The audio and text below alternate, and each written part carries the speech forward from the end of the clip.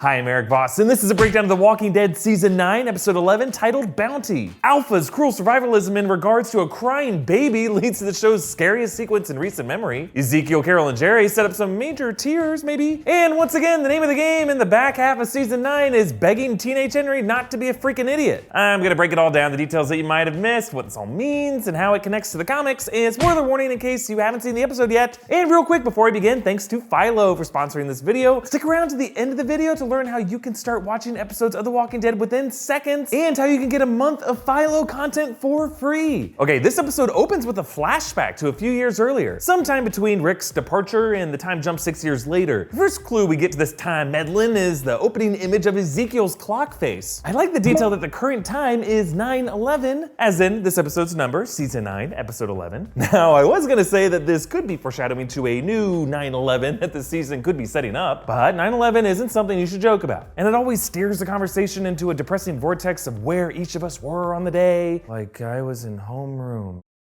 Flags were everywhere. Anyway, Jerry's secret chat with Ezekiel leads to this great gag reveal. There's actually a third person in this conversation, Carol. It's kind of like one of my favorite Arrested Development gags with Buster. He turned out a little soft. Yeah, a little doughy.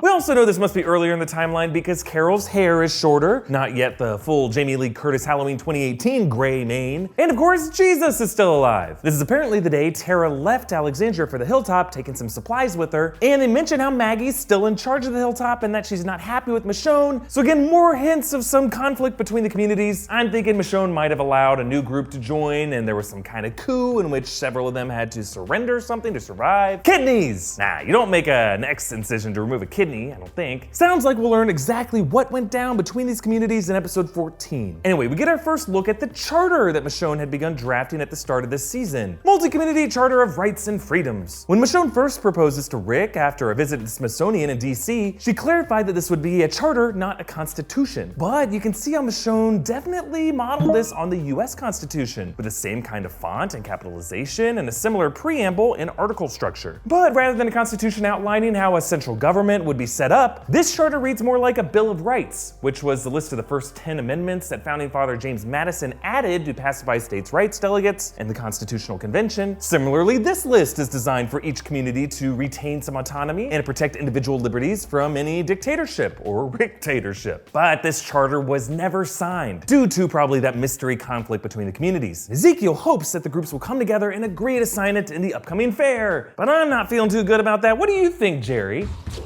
Yeah, I'm not feeling too good about it either. Early on, Ezekiel states this episode's title, Onward, to collect our bounty.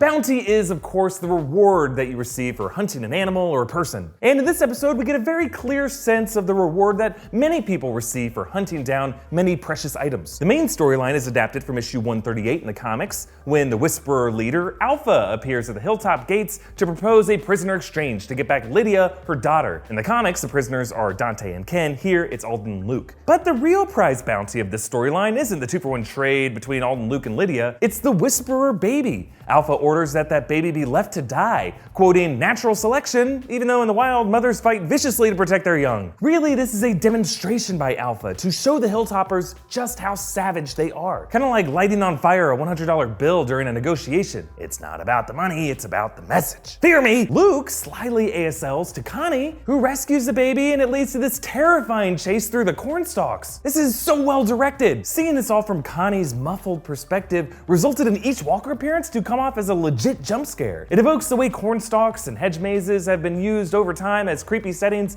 in movies like The Shining, Signs, Field of Dreams. Ugh. This baby ends up being a bounty for the Hilltop, a new child for Tammy Rose and Earl to try to rebuild after losing their son. But this reward required the concession of Lydia. And in order to convince Henry to give her up, Enid makes a callback to her JSS days and the farewell letter that Carl wrote for her last season. And the price that Daryl pays to give up Lydia is his guilt guilt for condemning a kid back to abuse. Alpha even rubs it in by immediately slapping Lydia right in front of Daryl. Notice the little half smile that she gives him. Lydia is hers to torment. The other storyline of this episode follows Ezekiel, Carol, and Jerry hunting a parallel bounty, a cinema projector bulb. Now this is some clever symbolism by the show. A projector bulb, like a baby, is fragile, but also a source of light and inspiration, a window to a different time. And yeah, both babies and bulbs are bulbous. This sequence is also super well designed. Notice how the walkers are pent up by a popcorn machine, and the tension of the sequence builds up to a climax of the walkers spilling over, the way popcorn spills out from a kettle. Outside, one of the movie posters on the wall is a movie called antagony, which is a term, we don't really use it anymore. It's a noun form of antagonize, perhaps a play on words with agony. It's derived from the Greek figure Antigone, the main character from the Greek play about a woman who defies the king because she wants to properly bury her brothers, and this conflict leads to her suicide and the death of her lover, the king's son. Maybe there's a parallel with this king, Ezekiel, or maybe the kingly authority figure of the Hilltop, Daryl, eventually losing the son figure, Henry, out of Henry's love for the enemy of the state, Lydia. Or maybe I'm reading into things. They also use music to draw out the walkers, a stereo playing the mission mixtape, kind of like the Guardians of the Galaxy in the opening of Volume 2. This could be a tactic that they learned from the Saviors, who remember devised a fat lady car with speakers blasting opera to draw away walkers. As Ezekiel and Carol cart home with their bounty, they pass this sign with the symbol spray painted on. Now my guess is that this is Alpha symbol. Notice how it looks like an A shape with a horizontal line over it, like the Alpha and Omega symbols that appear in Christian art. Perhaps this is a region claimed by Alpha, though you would think if it was a warning they would just put up a keep out sign. So maybe this is a marker for a planned border that the Whisperers intend to erect in the near future. Kind of like the way loggers mark trees they intend to cut down with spray paint. Now I won't get too much into where this is all headed because it's a huge spoiler from the comics, but obviously the show intends this to be a foreboding sign. At the top of this episode, remember Ezekiel boldly promised that it'll all work out, which combined with all the good news about Jerry's growing family with Nabila, seemed to spell out doom, the way Ezekiel's big inspirational kingdom speech did in season 8. Thankfully, this story had a happy ending, but like many things are with Ezekiel,